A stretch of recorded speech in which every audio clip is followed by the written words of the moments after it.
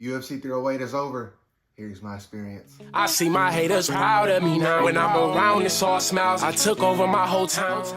All right, to kick this thing off, I'll give this card a solid 8, maybe 8.5 out of 10. I really enjoyed a lot of these fights, but I would be doing a disservice to an experience of an event if I did not go off the first prelim of the night. That fire a team off, however you say the dude's last name. Carlos Leal, the newcomer coming over from the PFL, was absolutely, and I mean disgustingly, robbed from a UFC debut win. Robbed of a UFC debut win. And the judge that gave Renat 3 rounds to 0 should never judge another fight in the UFC history. That was an abomination. But let's get past that. We had some more fun prelims in my opinion. We had Kennedy Nzechukwu making his heavyweight debut versus Chris Barnett. Chris Barnett looked like he kind of got injured pretty early in the first round. After that, it was pretty much target practice for Kennedy Nzechukwu. Good to see him finally back in the one column. Does he stay in heavyweight? Does he go back down to 205? I have no idea. But I feel like there's a few doors open for Kennedy Nzechukwu going forward. Another fight I was really interested to see how it went. We had Mr. Abus Magomedov versus Bruno Ferreira. Kind of went how I expected to. Bruno showed that he can hurt pretty much anybody at 185 pounds. But Abus really did surprise me. He really did surprise me because he ate some of Bruno's best shots and he was able to wrestle his way out of being hurt multiple times versus Bruno Ferreira, especially in that second round. I thought Bruno was going to get him out of there in the third kind of early, but Abus was able to hang in there. Eventually got the arm triangle finish in the third round. Fantastic fight from both of them. Can't wait to see both of them back in there. One of those rare situations where I'm like, did Bruno Ferreira really lose? But yes, he lost, but I'm talking about in a fan's perspective, he put on a very good show. What did you guys think about that fight? Let me know. We have fight of the night on the prelims, so you know that's a banger. We have Mayatek Orabai versus Mateusz Rebecki. Probably said both of their names wrong, but that's fine. Them Warriors went out there and put on an absolute show. This man Orabai's eye was destroyed outside of the first round. Now he was able to make another 10 minutes with that eye looking like that. I have no idea, but he was able to make it a fun fight throughout the entire last 2 rounds of it. Mateusz Rebecki, I feel like he was more composed in this fight, coming off of your first UFC loss, and the UFC loss that he had against Diego Ferreira was an absolute bludgeoning. It wasn't one of those like, all right, it could have went either way. He got destroyed in his first UFC loss. But I am glad Rebecki was able to come back victorious, especially the way he did. I feel like it was a very entertaining fight. What did you guys think? Let me know. Yeah, fight of the night, UFC 308.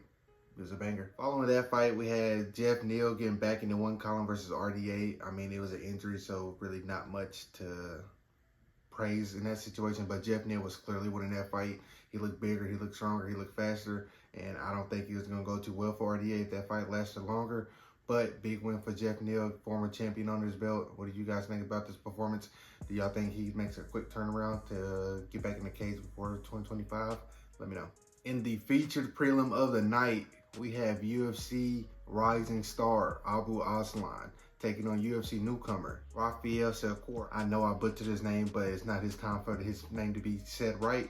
That man Abu Aslan dispatched the UFC newcomer under a minute. I feel like he's going to get a very big push coming up soon, especially if you're going out and putting shows like that in a featured prelim bout on one of the bigger cards of the year. And I feel like the UFC is going to treat him right. What did you guys think about that performance? Let me know. Kicking off the main card, we had Sarah Bullet taking on Armen Petrosyan.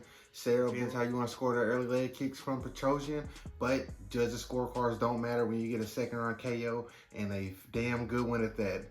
A damn good one at that. Double spinning back fist. Missed the first spinning back fist. Come back with another one. Catch him clean. Fight's over. It is what it is. Sarah Bullet has been one of the more impressive 185 pounders in the world as of late, as of recently. I don't know why he called out Israel Adesanya, but I mean, you can...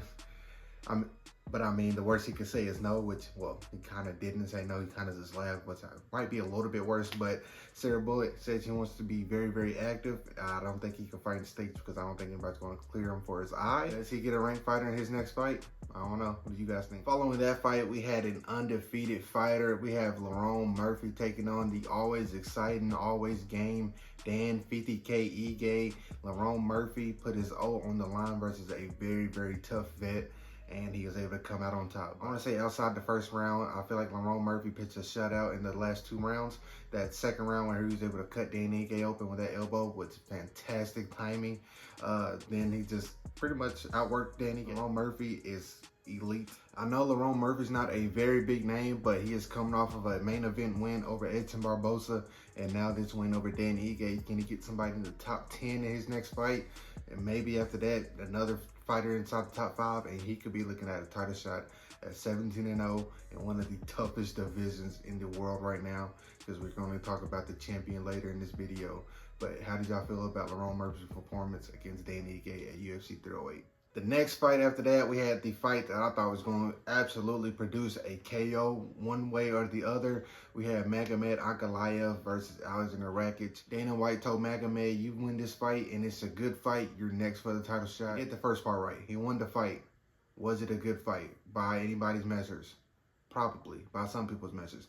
Is that the type of fight to where you can roll it in and say, Alex Pereira, here's your #1 contender. Let's everybody go crazy? No. He went to decision with a guy that's coming off of back-to-back TKO, KO losses. Even though the first fight he did get injured, so I'm gonna give him that. But besides that, the man was already on a 2-fight losing streak. They just put it at 3. It's not one of those performances where you're super excited to see him get a title shot opportunity. Even though I do think he still deserves it. I don't think there's many other competitors at 205 pounds for Alex Pereira, unless Dricus decides to move up, and that'd be, I'm not ever going to get into that. That's a different video for a different day. Magomed Ankalaev got the unanimous decision victory. That's all that mattered, apparently. What did you guys think about that fight? Let me know. In the co-main event of the night, we've seen a former champion versus an unstoppable force. Which one's going to win? Khamzat Chimaev destroyed Robert Whittaker inside of 1 round. Inside of 1 round, then this man hasn't fought before that for a whole year. And he just came back and destroyed the #3 contender in the world at middleweight. That is insane. That is insane squeeze. I'm not gonna lie, watching it live, I did think it was a kind of a fast tap, but looking at what happened to Robert Whittaker's mouth, I understand. I understand completely. He was outside after the fight just talking about it casually.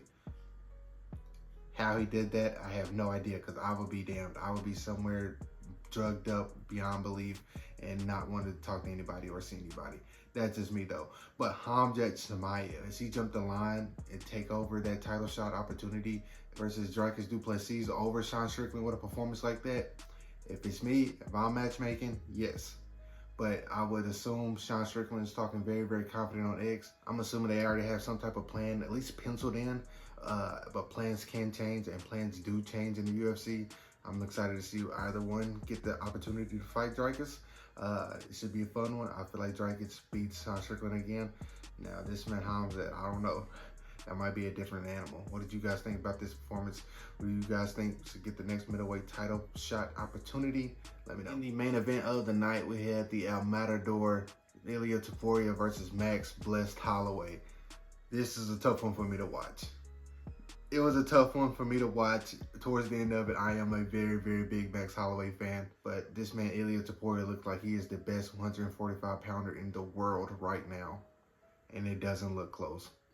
It doesn't look close. He looked well-rounded that night. He looked extremely fast that night. And as you can see, he was very, very powerful that night. This rematch talk with Alexander Volkanovski, I don't think it goes any different. I don't think it goes any different. I'm saying it now. I don't think that fight goes any different. Ilia Topuria is looking like the next great champ at 145 pounds.